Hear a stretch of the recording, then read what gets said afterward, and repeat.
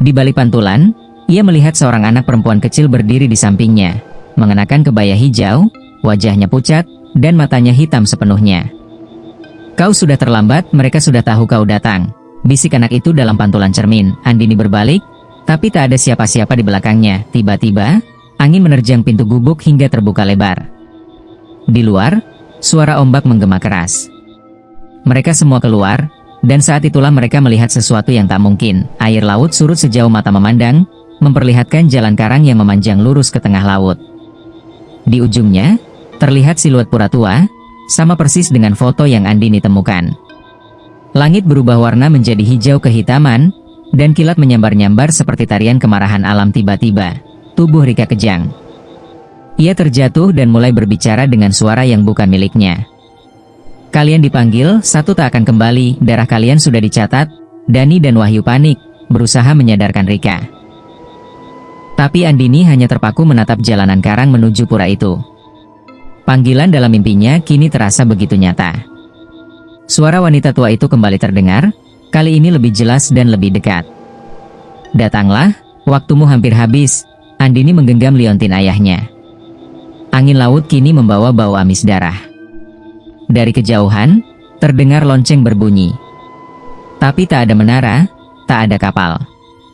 Hanya suara melayang di udara, seolah dunia lain sedang membuka pintunya. Malam satu suro belum usai, dan mereka baru saja memulai perjalanan ke neraka yang tersembunyi di balik ombak laut kidul. Langit malam benar-benar berubah ketika mereka tiba di batas pasir pantai dan bibir laut yang kini surut entah sejauh berapa kilometer. Jalan karang yang membelah laut tampak tak wajar. Karang-karang itu licin dan tajam, namun anehnya seperti membentuk jalur yang rapi menuju bangunan pura yang berdiri di tengah samudera. Tak ada suara lain selain deburan ombak yang pelan dan angin yang membawa aroma anyir. Bukan hanya aroma laut, tapi seperti bau besi karatan dan darah. Andini menggenggam liontin ayahnya erat-erat. Cahaya dari benda itu berkedip samar, seolah memberinya arah.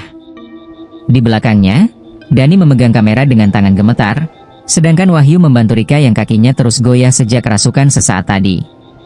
Mereka berjalan perlahan-lahan, menyusuri jalan karang itu, dengan ombak bergemuruh mengapit mereka di kiri dan kanan. Suasana begitu sepi dan memuakkan. Sesekali, mereka merasa seperti ada yang mengikuti dari belakang, tapi saat menoleh, tak ada siapa-siapa. Beberapa kali bayangan seperti manusia berkelebat di sudut pandang mereka, namun segera hilang. Angin laut tidak hanya membawa hawa dingin, tapi juga bisikan-bisikan lirih yang tidak jelas bahasa dan asalnya. Rika tiba-tiba menangis pelan. Ia menunjuk ke kejauhan, ke arah langit di atas pura. Ada sesuatu yang melayang, seperti kepulan asap hitam yang membentuk wajah wanita. Wajah itu tersenyum aneh, namun tidak punya mata. Saat mereka mendongak, bayangan itu menghilang seketika. "Ini bukan mimpi kan?" bisik Dani. "Kalau ini mimpi, aku nggak mau bangun," sahut Wahyu, suaranya nyaris tenggelam dalam ketakutan. Begitu mereka sampai di depan pura, suasana menjadi sangat dingin. Batu-batu di sekitar pura itu lembab dan berlumut, namun saat disentuh, terasa hangat, seperti tubuh manusia. Andini mendekati gerbang utama pura. Gerbang itu tak memiliki pintu, hanya dua batu besar menjulang dengan patung naga kembar di kanan kirinya. Patung naga itu mulutnya menganga, dan dari dalamnya menetes cairan berwarna merah gelap yang mengeluarkan bau amis. Begitu mereka semua melangkah masuk ke dalam halaman pura, tanah bergetar pelan. Langit yang semula hanya mendung kini berubah menjadi pekat. Gumpalan awan menyatu dan membentuk semacam pusaran besar tepat di atas mereka. Dari pusaran itu, terdengar lolongan seperti jeritan manusia yang disiksa. Andini berhenti melangkah. Di hadapannya, altar batu berdiri di tengah halaman pura. Tapi altar itu tidak kosong. Di atasnya, terbaring mayat seorang pria tua, mengenakan pakaian adat Jawa lengkap. Tubuhnya sudah mulai membusuk, namun matanya terbuka dan menatap lurus ke arah mereka. Andini mendekat dengan tubuh gemetar. Ketika ia melihat wajah pria itu, ia mundur dengan keras dan menjerit. Itu wajah ayahnya. Dani dan Wahyu segera menarik Andini menjauh. Tapi tubuh mayat itu tiba-tiba bergerak. Bukan hanya bergerak. Ia duduk perlahan, dan mulutnya membuka, mengeluarkan suara serak yang seperti berasal dari dunia lain. "Andini, anakku, jangan lanjutkan." Suara itu seperti bergema dari bawah tanah, penuh penderitaan. Tapi lebih mengerikan dari itu adalah kenyataan bahwa tubuh mayat itu mulai menghitam dan retak, seperti tanah kering yang terbakar. Dan dari dalam retakan itu, muncul uap tipis berwarna merah. Rika berteriak histeris. Ia melihat sesuatu yang tak dilihat orang lain. Sosok-sosok tinggi kurus dengan wajah tanpa mata mulai muncul dari balik dinding pura.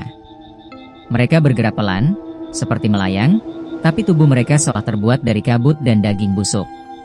Mereka mengitari kelompok Andini. Wahyu melempar garam yang disiapkannya, namun benda itu hanya menembus makhluk-makhluk itu tanpa efek. Dani mulai memotret dengan kamera, tapi setiap kali hasil fotonya muncul, selalu ada tambahan wajah di antara mereka, wajah yang tidak ada dalam dunia nyata. Andini, meski ketakutan setengah mati, mengikuti cahaya dari liontin ayahnya yang kini bersinar terang. Ia mendekati patung wanita berjubah hijau yang berdiri di sisi lain altar.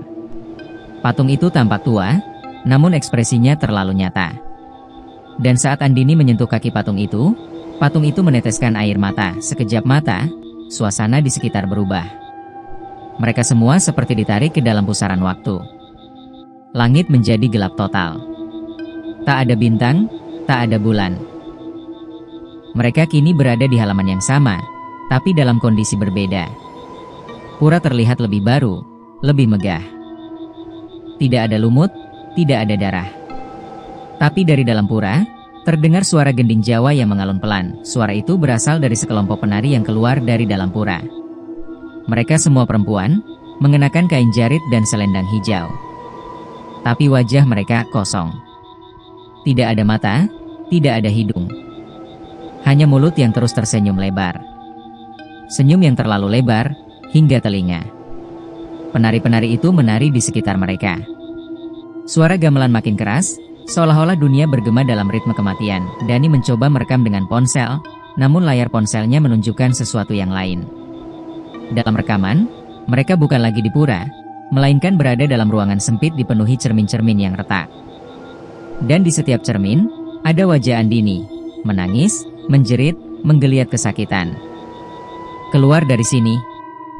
Sekarang, teriak Wahyu, menarik Andini yang mulai melamun, tapi kaki Andini seakan menempel ke tanah. Di telinganya, suara wanita tua dari mimpinya terdengar jelas. Jika kau pergi sekarang, kau takkan pernah tahu siapa dirimu. Jika kau tinggal, kau mungkin mati, tapi mati dalam kebenaran. Tiba-tiba, langit pecah. Kilat menyambar pura dan membelah patung naga menjadi dua. Tanah berguncang keras. Laut yang tadinya surut kini mulai kembali naik. Tapi bukan air biasa. Air itu berwarna kehitaman, dan dari dalamnya muncul tangan-tangan putih kurus mencoba meraih mereka. Rika terjatuh. Sebuah tangan berhasil menarik kakinya. Ia menjerit minta tolong. Wahyu dan Dani berusaha menariknya, tapi kekuatan tangan dari laut jauh lebih besar. Dengan satu hentakan, tubuh Rika terseret masuk ke laut. Suaranya menghilang di telan kegelapan. Andini berlari ke arah tempat Rika terakhir terlihat, namun Dani menahannya. Dia sudah pergi.